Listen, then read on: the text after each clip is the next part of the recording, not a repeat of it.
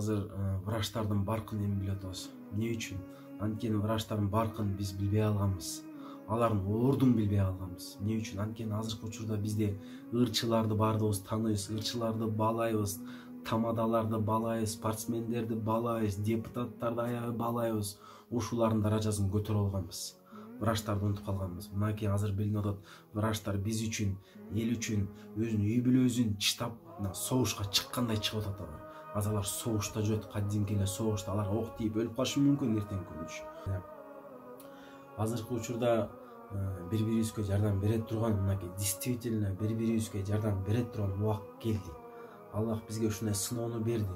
Кимге кандай жардам бере аласыңар деп. Анан бала чакасы чырылдап ыйлап аткандар көп, азыр чалган звоноктор көп, жардам берип койгулачы, унум жок, наным жок дегендер бар, ыйлап чалып атат. Сиздерге бирөө ошентип ыйлап чалса кандай акыбалда калат элесиздер? Менин билишим боюнча көбү сиздерге андай звонок келе элек болуш керек. Ачка калдым, балам ачка калды, эмне жерин билбей атам деп чалгандар жок деле болушу мүмкүн да кээ билем. Мына бизге мага мындай звоноктор көп келет аябай. Тынбай болуп атат мындай звоноктор.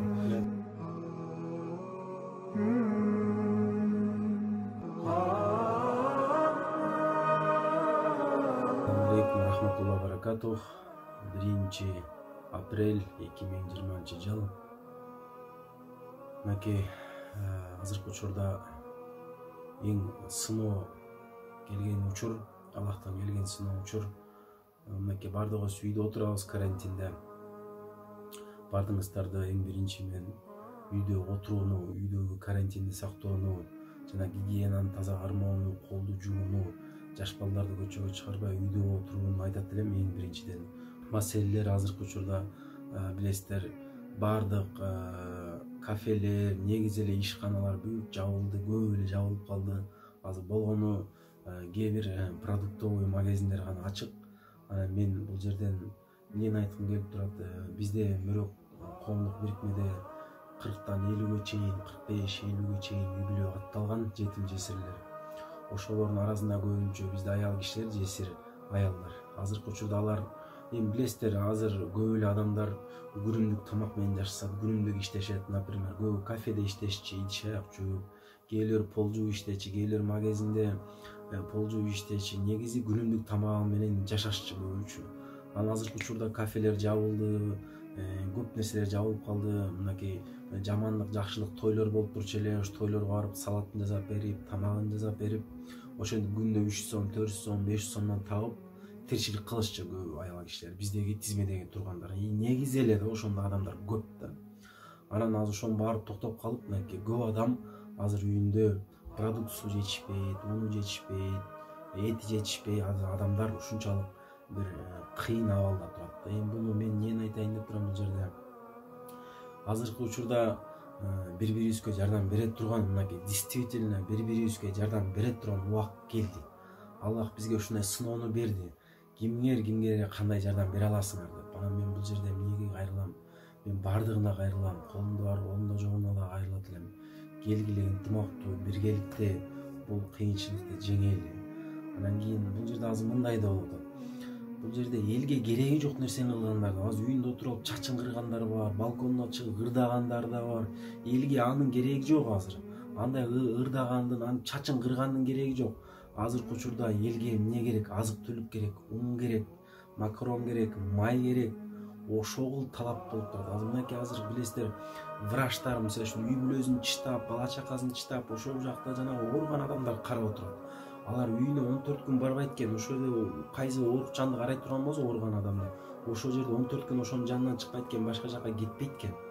Бүт үй бүлөсүн чыштап атат, өзүнүн өмүрүн мынакей эң кыйын бир жаман бир балеге жакындатып атат. Ошол жерде рисковать этип жүрөтчү. Биз үчүн, силер үчүн ошол жерде алар жүрөт, үй бүлөсүн чыштап. Ошондуктан келиңиздер, мынакей врачтарга дагы хоть морально жардам берели, хоть жакшы СМСтер жазайлы, финансовый жагынан жардам бере албасак. Финансовый жагынан жардам берип турган болсок, мынакей азыр врачтар бар. Барыңыздар, ошол тамак-самак алып барып бериңиздер, сураңыздар, эмне жетпей атат. Мамлекет деле карап отура бербейли, азыр мамлекет деле аракетин кылып, бирок билесиздер, биздин экономиканын баарыңар билесиңер. Кыргызстандын экономиканы ал жөнүндө сөз кылбай эле коелу. Ошондуктан өкмөттө отурбагыла.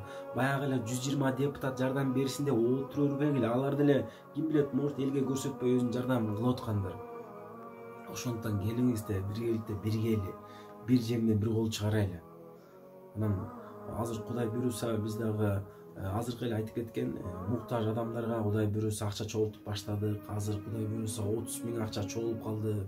Россиядан 5 000 келди. Анан мен билгенден Сахалинде каракөлдүктөр көп. Мен билем муну. Сахалиндеги каракөлдүк негизи эле Кыргызстандын жарандары. Сахалиндегилер, мен силерге баса белгилеп айтам. Сахалинде иштегендер, жашагандар. Сиздер деле укмуш дебейин, бирок колуңуздардан келет жардам берген. Келиңиздер, ушундай учурда сом эмес сооп иштей турган убакыт келди азыр. Келиңиздер, биргеликте жардам берели, биз силерге көпүрө болуп берели. Силер эчте кыймылдабала, болгону финансовый жардам берип койгула. Биз тамак ашын апарып берели, азыр мынакей муктаждарга, жетим жесирлерге продуктсын алып берели деп турабыз. Врачтарга кичине болсо дагы жанагындай жилеттерин алып берели деп атабыз, очкилерин, маскаларын алып берели деп пландаштырып атабыз. Бирок азыркы учурда көрө достор, карантин болуп турат, көчөгө чыга албай атабыз, каалагандай жүрө албайбыз азыр. Ошондуктан мен кайрылат элем. Келиңиздер баардыгыбыз биргеликте ушу үйүндө отуруп, бала чакасы чырылдап ыйлап аткандар көп, азыр чалган звоноктор көп, жардам берип койгулачы, унум жок, наным жок дегендер бар, ыйлап чалып атат. Сиздерге бирөө ошентип ыйлап чалса кандай акыбалда калат элесиздер? Менин билишим боюнча көп сиздерге андай звонок келип болуш керек. Ачка калдым, балам ачка калды, эмне жерин билбей атам деп чалгандар жок деле болушу мүмкүн да кээ бирөө. Мына бизге мага мындай звоноктор көп келет айма. Тынбай болуп атат мындай звоноктор. Врачтар боюнча айта турган болсом, мынакей биз азыр врачтардын баркын эми билип атабыз. Эмне үчүн? Анткени врачтардын баркын биз билбей алганбыз. Алардын ордун билбей алганбыз. Эмне үчүн? Анткени азыркы учурда бизде ырчыларды баардыгыбыз тааныйбыз, ырчыларды баалайбыз, тамадаларды баалайбыз, спортсмендерди баалайбыз, депутаттарды аябай баалайбыз. Ушулардын даражасын көтөрүп алганбыз. Врачтарды унутуп калганбыз. Мынакей азыр билинип атат, врачтар биз үчүн, эл үчүн өзүнүн үй бүлөсүн чыштап, согушка чыккандай чыгып атат алар. Азыр алар согушта жүрөт, кадимки эле согушта. Аларга ок тийип өлүп калышы мүмкүн эртең күнү. Ошондуктан азыркы учурда врачтардын даражасын биз көтөрүш керекпиз. Врачтардын даражасын көтөрүп, ошолорго мүмкүн болсо колдон эч нерсе келбейди, үйдө отуруп дуба кылыңыздар врачтарга. Ошолорго дуба кылыңыздар. Анткени врачтар биз үчүн азыр согушка чыкты. Алар согушта жүрөт. Ошондуктан биз врачтарга мүмкүн болушунча жардам берели. Ушул видеону кимде-ким көргөн болсо, бөлүшүңүздөр видео менен. Мына бул видеону лайк басып эле отурбаңыздар. Бул видео менен бөлүшүңүздөр, мүмкүн болушунча 1 сомдон болобу, 5 сомдон болобу, 10 сомдон болобу, биздин мобильный кошелектор бар, эл сомдор бар. Ошолорго которуңуздар. Азыр мынакей көп үйдө отурасыздар, интернетти көп чукулуп атасыздар.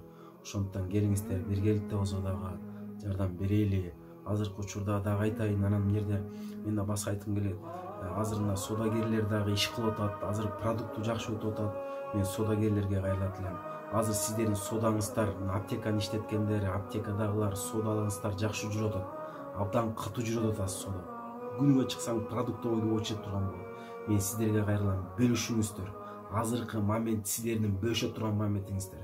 Азыркы учурда кыргыз бири-бирине жардам бере турган момент келди. Келиңиздер, ушул убакытта биргеликте иш кылып, биргеликте жардам берели. Сом эмес сооп иштей турган убакыт келип калды. Андан кийин эч ким билбейт, дагы алдыда кандай нерсе күтүп турат бизди. Ошондуктан сиздерден суранам, биргеликте биз сиздер болуп жардам берели. Биз болгону көпүрө болуп беребиз.